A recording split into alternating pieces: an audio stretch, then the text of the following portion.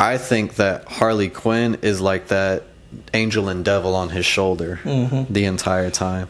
Because what I also pointed out in the trailer was that he's in like this type of visitation room, to where she puts the lipstick, or at least I think it's Harley, putting the lipstick on the mirror, and him fully immersing himself into like the Joker, because that's kind of what that scene is implementing.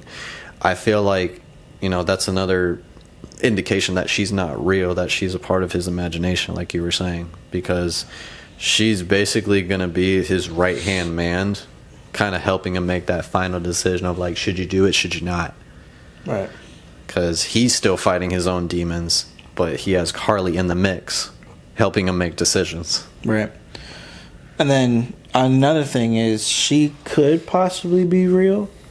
And she could just be that person again whose life is so similar, and she's seen somebody break out of that feeling of being stuck and being, like you have no voice. Yeah. So like Joker being on TV, on air, doing what he did, gave a voice to, you know, people who have been put down by society pretty much, and kind of, you know, knocked, what was it, kicked when you're knocked down already or whatever. Yeah. I can't remember the saying.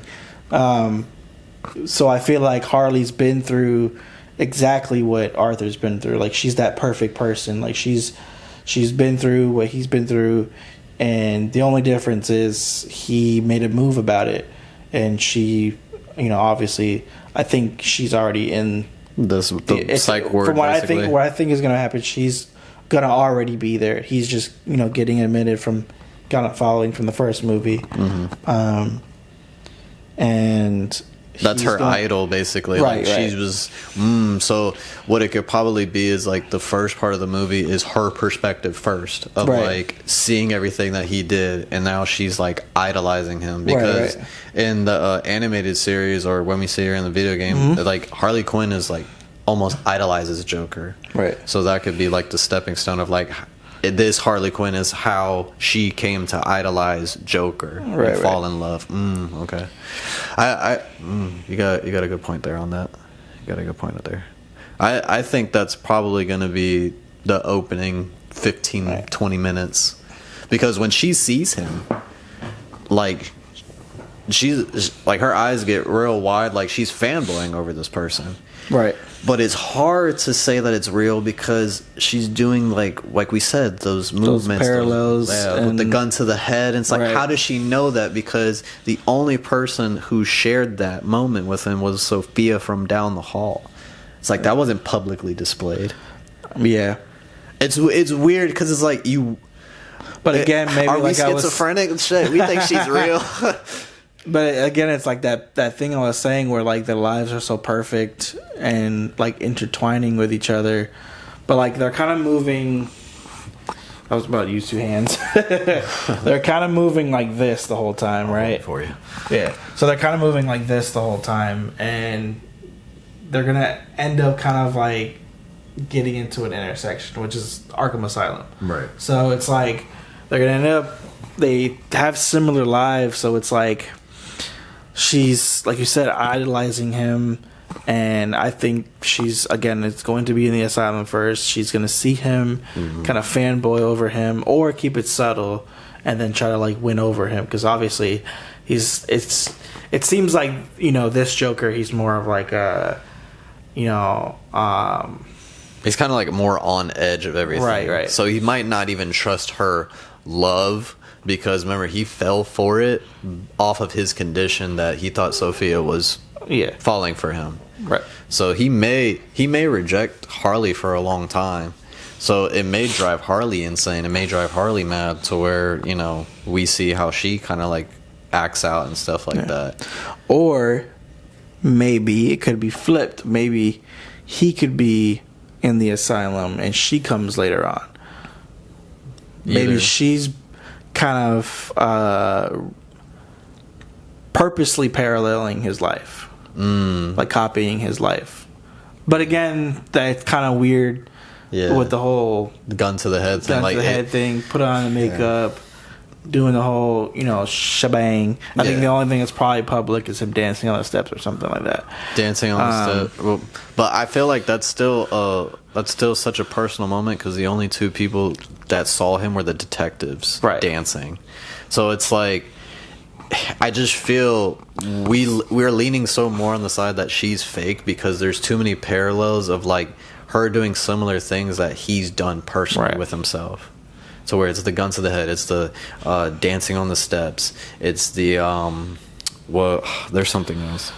The only thing publicly that he did was the blood smile, and where everybody saw Murray. Oh, and shooting Murray. Maybe that could be what she was talking about because he did shoot Murray in the head. Mm-hmm. Like, there's so many things that you can connect to, like prove, like. You can make a statement for both sides of her being real and how she's fake. Right. Because if we look at it through like all the scenes that we saw of them having like a big musical number, we can take it from this is how Joker sees his life going with Harley Quinn. This is how Harley Quinn sees her life going with Joker. Because there's points in time to where they have like this little marriage type of thing where she's walking towards him. And there's the point in time where like they're going down the steps. And if you look closely, she's pregnant. Like that's something that you have to like really look closely. I watched this show like 40 times to like really point this out. So like one of them is seeing how their life looks together, and it's like if we look at it through Joker's standpoint, he's falling for it again. Like like his condition is making him fall for this person again. So it's like through each that could be a reason, like what you said about him kind of being on edge about wanting to accept Harley, because he's been through that kind of like false hope. Yeah, that false hope of love. Yeah. So he could very much be, or build this kind of like a wall of like, I'm gonna keep you at a distance. Right. Oh, and it could look. Or then he also could just love that attention. Maybe he was searching for it. He never got attention. The only attention he got was to be bullied. Right. I mean, he got attention through being on the show, then killing Murray, and then everybody kind of just knew him for that. So he got his attention. He got his attention. He just hasn't got his attention for love. You know what I mean? I think what it's going to be is that Harley Quinn is going to try and win him over, like you were saying. Right. Like this, she's going to try and win him over. And I think if we look at the final scene of him putting her putting the lipstick and then him smiling, we're assuming that's Harley because at the end of the day, we don't know. It could be somebody completely different. Let's assume that's Harley Quinn for 100% sure. That wall between them could be that wall that you were saying. Yeah, well, like metaphoric. Yeah, but that's the metaphoric wall. Right, but it's also the literal wall at the same time, to where it's like she just said she's putting the lipstick on of like, I know who you are, like I understand you, just accept me and love me because I'm gonna be loyal to you no matter what. And I guess like that right there is him just like accepting it. Like, all right, I accept you, I accept who I am, and let's just take over the fucking entire city of Gotham. I feel like the more we look at the trailer, the more we kind of know how the movie might possibly be. But at the end of the day, we get thrown loops all the time of like, this is a twist and turn. Yeah. Good fucking statements, though. I feel like we have good statements for why it should be that way. Yeah. I mean, it's weird because it's hard. It's kind of hard to want to lean towards one thing. Like, I want to say, oh, it's all going to be in his head. But then at the same time, it's like, they have very similar lives. So it could very well be like a real thing. Like a real thing. Like, that gives her more of a motive to want to be with Arthur. To want to be with the Joker. But for him, it's like, he's been kicked down. Yeah.